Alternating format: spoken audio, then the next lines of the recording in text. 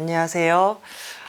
오늘은 지역사회 기반 그린 뉴딜 도시만 있는 게 아니라 이제 공간이 참 중요한 것 같습니다. 그래서 농어촌 지역에서는 어떤 걸 할 수 있는지에 관해서 얘기를 해보려고 합니다. 현장의 목소리. 저는 기후위기 대응이라고 했을 때 기후위기 대응이 이상기후를 가져다 오고 그러면 우리가 흔히 알기로는 농산물 지도가 바뀐다.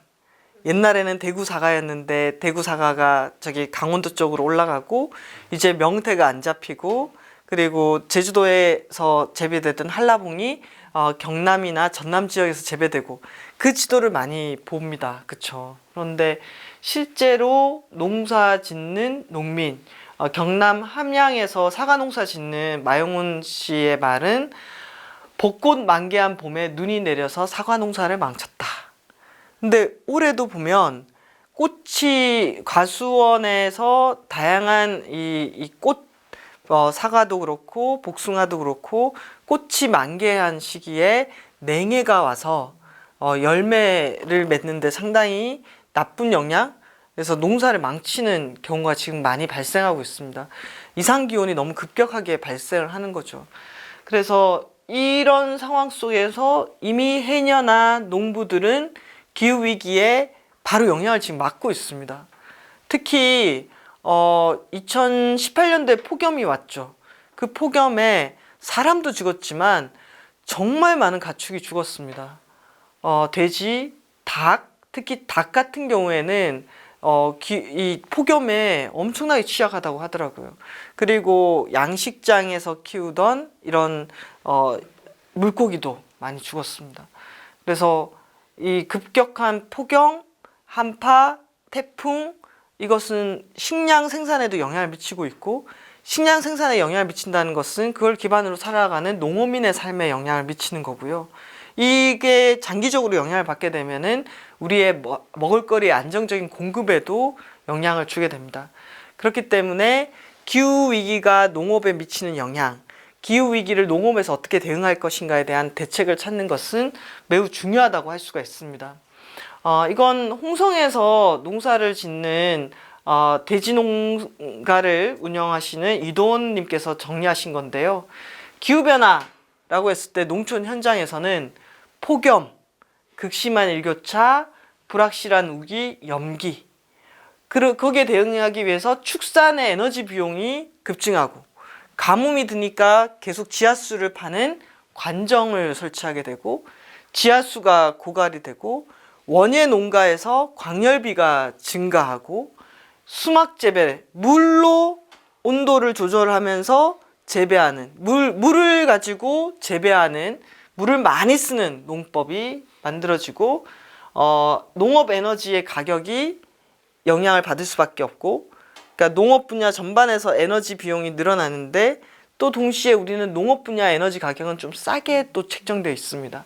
이런 것들, 그리고 농가 주택의 광열비, 최근에 스마트팜 얘기가 나오는데 이 스마트팜은 정말 어떤 방향으로 가고 실제로 우리 농가에 도움이 되는가, 이런 것들, 그리고 모내기 추수, 가축 폐사, 성장 지체, 사과 작황, 이런 것들이 영향을 받고 재생 가능 에너지는 태양광, 그런데 또 난개발과 집단 유민원 갈등. 그러니까 이게 여러분이 농촌에 사시게 되면 기후변화 관련해서 이런 일들을 매일매일 듣고 경험하고 있다는 거예요. 농촌이라는 공간에서. 그랬을 때 뭔가 체계적으로 우리가 기후변화에 대응하고 있다? 농민들이 겪고 있는 이런 부담에 대해서 제대로 된 자료를 가지고 분석하고 있다?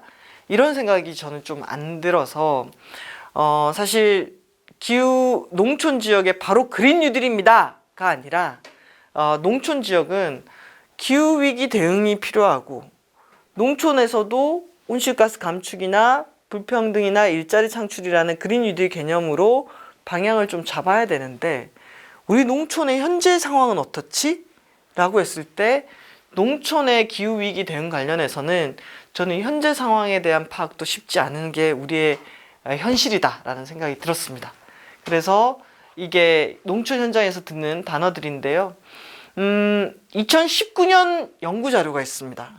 이 자료를 보고 좀 저는 놀랐는데요. 기상기후가 농업 부분에 미치는 경제적 영향을 분석을 했는데 농업인들은 이상기후에 대한 인식과 정보에 대한 접근성이 높았다. 왜냐? 농민들이 모르는 게 아니라 이미 이분들은 생계의 영향을 받고 있기 때문에 자기가 스스로 찾아서라도 대응을 하고 있는 거예요. 닭이 죽으면 안 되잖아요. 그러다 보니까 에어컨을 설치한다든지 어떤 방식으로든 닭을 살리기 위해서 또는 가축을 살리기 위해서 또는 가뭄이 들면 어떤 방식으로 논에 물을 대기 위해서 비용을 치르다거나 노력을 하고 있는 거예요. 근데 이게 농업 현장에서 농어민들이 이미 기후변화 때문에 느끼고 행동하는 것과 다르게 여기서 실제로 정부기관이 제공하는 정보에 대한 신뢰와 활용도는 매우 낮은 것으로 답했다. 저는 이 부분에 대해서 제가 보고서를 쭉 읽다가 우리가 농민들이 관심 없다가 아니라 농민들은 이미 많은 것을 좀 하고 있고 민감하게 영향을 받을 수밖에 없는데 오히려 정부가 주는 정보나 그에 대한 신뢰도가 낮다는 것은 무엇을 의미하는 것일까? 이걸 좀 봐야 된다라고 생각이 들고 성재훈 박사가 이제 님이 이상기후 농업 대응을 하기 위해서는 지역에 따라 차이가 있기 때문에 이게 큰 것 같아요. 지역 기반의 위험 관리가 필요하다. 그리고 지역과 민간의 역할이 제한적이라서 이 농림부 그리고 관련 지자체, 민간이 같이 이 농업 부분 기후변화 대응을 위해 또는 이상기후 대응을 위한 협력체계 구축이 필요하다라는 거. 그리고 이상기후 관련 정보의 현장 활용도. 그러니까 이게 되기 위해서는 그 관련한 정보가 정확하고 그 지역에 기반해서 농민이나 어민이 쓸 수 있게 구체적으로 정보가 제시돼야 되는데 아직 우리가 그런 정보를 만들어내거나 생산할 수 있을 정도로 기후변화 대응 체계를 갖추지 못한 게 아닌가라는 이런 생각이 들었습니다. 그랬을 때 이게 2차 기후변화 대응 기본계획, 그러니까 우리나라의 기후변화 대응을 위한 가장 기본적인 계획은 기후변화 대응 기본계획입니다. 그 계획에 드러나 있는 농어촌 부분의 자료들을 봤더니 주요하게는 농물 사용의 효율적인 관리, 가축 분뇨 정화 시스템, 가축 장내 발효 메탄 저감 기술 개발, 그리고 기후변화 대응 농업수산 부분 5년 단위 기초조사 실시. 저는 이게 5년 단위가 아니라 기본적으로 그 필요한 정보들에 대한 데이터 풀을 깔아놓고 자료는 매년 업데이트가 될 수 있도록 해야 되지 않을까. 왜냐하면 기후변화의 속도가 상당히 빠르기 때문에 연간 단위가 다르거든요. 이건 5년 단위로 비교해서 볼 일은 아닌 것 같은데 물론 이 내용들도 좀 자세히 봐야 되겠습니다만은 그런 생각이 들었고 안정적인 식량 모니터링 체계 구축, 농업용수 개발과 농업수리시설 개부수, 물 절약을 위한 적정 최소 관계 기준 설정과 기술 구축, 그리고 안정적인 식량 수급 체계 구축을 위해서 고온과 병해충 질병에 대한 적응과 저항성이 가능한 작품 품종을 개발한다. 그리고 생산성 향상과 악취 질병 예방 등 스마트 축사를 개발한다. 농장 맞춤형 기상재해 조기 경보 서비스를 확대한다. 병해충과 질병 관리를 강화한다. 수산자원 관리를 위해서는 고수온에 강한 넙치 개발한다. 아열대 품종 개발한다. 이렇게 되어 있습니다.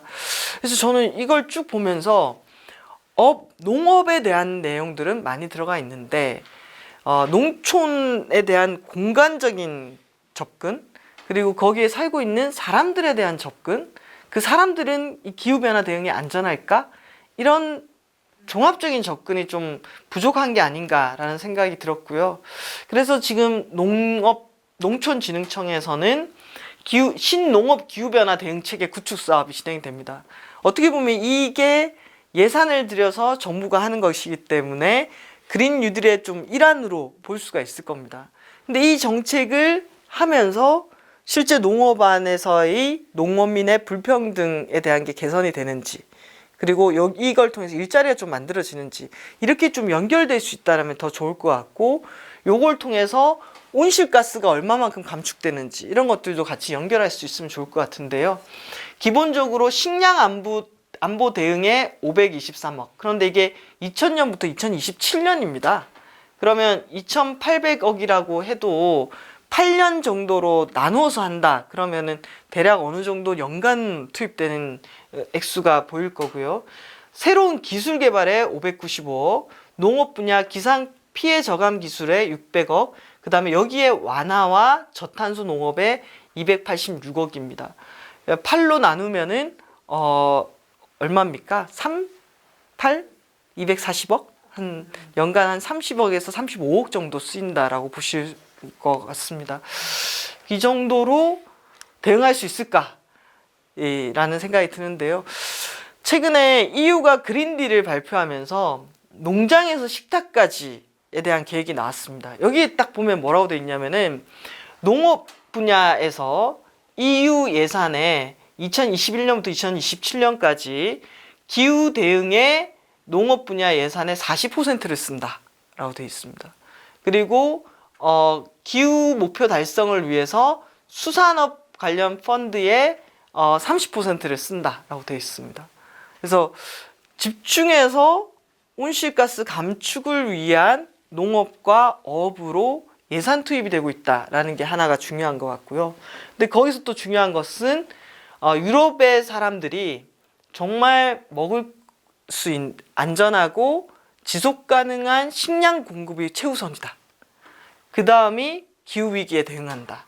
그리고 환경을 보호하고 지속 가능성을 살피며 오르가닉 파밍을 증가시킨다 라는 게 그린딜의 전체적인 맥락입니다. 여기도 뭐가 중요한 거냐면은 온실가스 감축도 중요하지만 지속 가능하고 안전하고 먹을 수 있는 상당히 좋은 먹을거리를 생산한다 라는 것들이 같이 간다는 거, 그리고 그걸 생산하는 농민들을 보호한다 라는 측면들이 강합니다. 그래서 이 유럽의 먹을거리 전반에 있어서 온실가스 감축, 농업의 보호, 그리고 지속가능성, 농어민의 삶 이런 것들이 들어가 있고, 이게 가능하기 위해서는 이 먹을거리가 어떻게 생산되고 어떤 에너지로 쓰였으며 어떤 포장으로 되어 있고 얼마만큼 항생제를 썼고 얼마만큼 안전한지에 대한 정보와 내용이 투명하게 공개가 되고, 그걸 기반으로 소비자들도 온실가스가 덜 배출된 먹을거리를 선택할 수 있는 권리, 이런 것들이 주어진다라는 겁니다. 유럽이 이렇게 간 거는 아주 오랫동안 쌓여있던 유럽 농업에 대한 보호, 정책 이런 것들이 기반을 저는 둔 것이라고 생각하는데요. 이거를 한 가지 좀 우려하면서 우리가 봐야 될 것은, 우리는 이런 시스템을 갖추고 있는가? 그리고 유럽은 이걸 기준으로 무역의 어떤 기준을 설정하려고 하는 것 같습니다. 이 농장에서 식탁까지도 보면 EU는 이렇게 기준을 갖고 있는데, 이런 기준을 국내뿐만 아니라 수입 품목에도 적용하기를 원한다라고 얘기하고 있습니다. 그랬을 때 현재 우리나라가 EU에 한 5% 정도 수출을 하고 있더라고요. 우리나라 농산물에. 그렇다고 한다면은 이제 농산물을 수출하는 일, 어떻게 보면은 경제적인 것과도 이 EU의 정책에 의해서 연결될 수 있다. 그럼 우리는 이 농산물을 생산하는데 이게 지속 가능한 방식으로 생산됐는지, 거기에 온실가스는 얼마나 배출됐는지 이런 것들에 대해서 답할 수 있는가. 이제 농업에 있어서도 이런 과정, 어떤 에너지로 사용되고 지속 가능성이 어떻게 되고 누가 생산했는지에 대한 이런 과정이 매우 중요해지는 상황으로 가고 있다. 그럼 이런 변화를 우리의 농업은 같이 준비해야 되지 않을까라는 이런 생각도 들었습니다. 그리고 이게 유럽이 한다고 해서 화들짝 놀라서 우리 수출해야 되기 때문에 이거에 대응해야 되지, 이런 접근이 아니라 우리에게도 이런 기준, 안전하고 지속 가능한 먹을거리와 기후변화에 대응하는 농업, 그 과정에서 농민들의 삶을 지킨다라는 이 기준은 우리에게도 중요하게 가치로 삼을 수 있는 기준이기 때문에 그렇습니다. 그랬을 때 저는 이런 질문들, 기후위기 심각성에 대해서 우리나라의 현황 조사가 정말 시급하다. 우리는 어떤 상태에 있는가? 그리고 농어촌 분야 기후변화 대응 정책이 적정 대안으로 우리 만들어져 있는가? 그리고 기후 문제에 있어서 에너지가 중요한데 농어촌 분야에서 에너지에 대한 정책은 있는가? 만약 농어촌 분야에서 사용하는 에너지 비용이 상승하면 농민들은 그에 따라서 어떤 영향을 받게 될 것인가? 이런 것들. 기후위기 현황 연구에 적정한 예산과 인력이 투입됐는가? 안 됐다. 안 됐다면 여기에 사람을 투입을 해야 된다라는 거. 이 농민들이 현장에서 활용할 수 있는 정보와 지식들을 전달하기 위한 내용들을 만들어내야 된다는 거. 현재 농림축산식품부의 행정체계는 기후위기, 농업 분야의 이 기후위기와 에너지 문제를 다루기에 적합한가? 담당하시는 분들은 있는가? 이런 질문들을 저는 던져봐야 된다라고 생각합니다. 2019년도에 농림축산식품부의 업무 계획에는 농업, 농촌 일자리, 스마트 농업, 공익형 직불제, 신재생에너지 확대, 로컬푸드, 농축산업 안전 환경 관리가 들어가 있었습니다. 여기에 기후변화라는 메시지가 있나요? 안 들어가 있죠. 자, 이거는 2020년도 업무 계획입니다. 일자리가 늘어나는 활기찬 농업, 사람이 돌아오는 따뜻한 농촌, 농업의 가치가 실현되는 대한민국, 중소농업인 소득 안정, 그리고 농산물 가격 급등락 최소화, 가축 질병 걱정 없는 안전한 대한민국. 그래서 2020년에 이 우리 농림축산식품부의 업무 계획에도 기후변화 대응이라든지 이상기후라든지 또는 그로 인한 에너지에 대한 준비, 이런 문장 하나도 저는 찾아볼 수 없었습니다. 그래서 뭔가 준비가 시급하다라는 이런 생각들을 했고요. 그랬을 때 현재 우리나라 그 농림업의 에너지 원별 소비량을 보면 특징이 전력 생산이 늘어나고 있습니다. 전력 소비가 늘어나고 있습니다. 특히 농수산물 건조라든지 저온 보관이 확대되고 그 속에서 농업용 전기요금은 평균 요금의 44% 정도이다 보니까 값싼 전기로 농업의 에너지가 바뀌고 있습니다. 그래서 지금 보면은 그 토마토, 바나나 농작물을 기르는 초대형 온실에서 전기로 난방을 한다라든지 또는 기업형 양식장이나 축사 등의 냉난방 시설을 전기로 가고 있습니다. 그래서 값싼 농사용 전기요금의 혜택이 대규모 사업장들에게 집중되는 경향이 있는데요. 실제로 지난해 국감에서 송갑성 의원이 조사한 바에 의하면은 농사용 전기 소비자의 0.7%, 약 1만 호가 농사용 전기의 45%를 쓰고 있습니다. 많이 쓰죠. 그래서 1%도 안 되는 사람들이 한 절반 가까이의 이 소비량을 보인다라는 거고, 거기에 농업법인 전기요금 납부 협안을 봤더니 상당히 농업법인인데 무슨 그룹, 백화점, 자동차 그룹, 지주회사는 이렇게 돼 있어요. 그래서 가장 많이 쓴 닭고기 관련한 기업으로 추정이 되는데 산업용 적용 시에 81억을 내야 되는데 농사용 전기요금으로 30억을 냈습니다. 그럼 51억 원의 혜택이 간 거죠.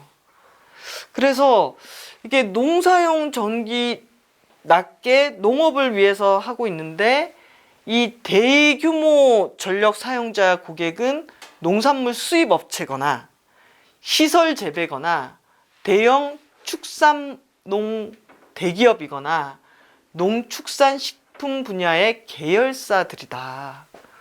이렇게 우리가 전기는 상당히 석탄이라든지 다양한 에너지원을 태워서 만들어내잖아요. 이렇게 만들어낸 에너지를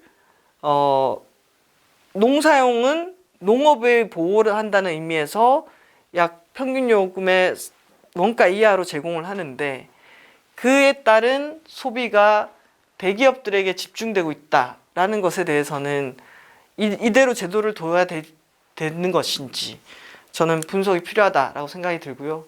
심지어 이런 일이 있습니다. 중국산 냉동고추를 수입해서 그걸 건조기로 말려요. 그렇게 해서 파는 게 국내에서 생산해서 건고추를 만드는 것보다 훨씬 쌉니다. 그러다 보니까 2000년에서 2017년 사이에 이렇게 우리 국내 생산 건고추는 줄어드는데 중국산 냉동고추는 늘어나고 있습니다. 가격 경쟁에서 밀리는 거예요. 그러니까 이게 다른 마늘이라든지 다양한 곳으로 간다라고 생각해 보세요. 오히려 값싼 전기요금이 우리 농산물의 설탕을 오히려 줄이고 있는 역설적인 상황들이 일어나고 있는 거죠. 그래서 보면은 우리나라 농사용 전기요금의 회수율은 30%대입니다. 전기를 많이 쓰는 구조, 전기를 난방에 쓰는 구조, 특히 시설 농가나 이렇게 쓰게 되는 거는 전체적으로 에너지 효율을 매우 떨어뜨리는 일입니다. 그래서 이렇게 농업 분야에서 에너지가 비효율적으로 쓰이고 대형 농축산 식품 가공업체가 농사용 전기의 혜택을 상당히 많이 보는 이 구조를 그대로 둬도 될 것인가, 조정이 필요할 것 같고요. 그런 상황에서 우리가 지금 농업 쪽에서 에너지에 대한 고민을 너무 안 하는 것 같습니다.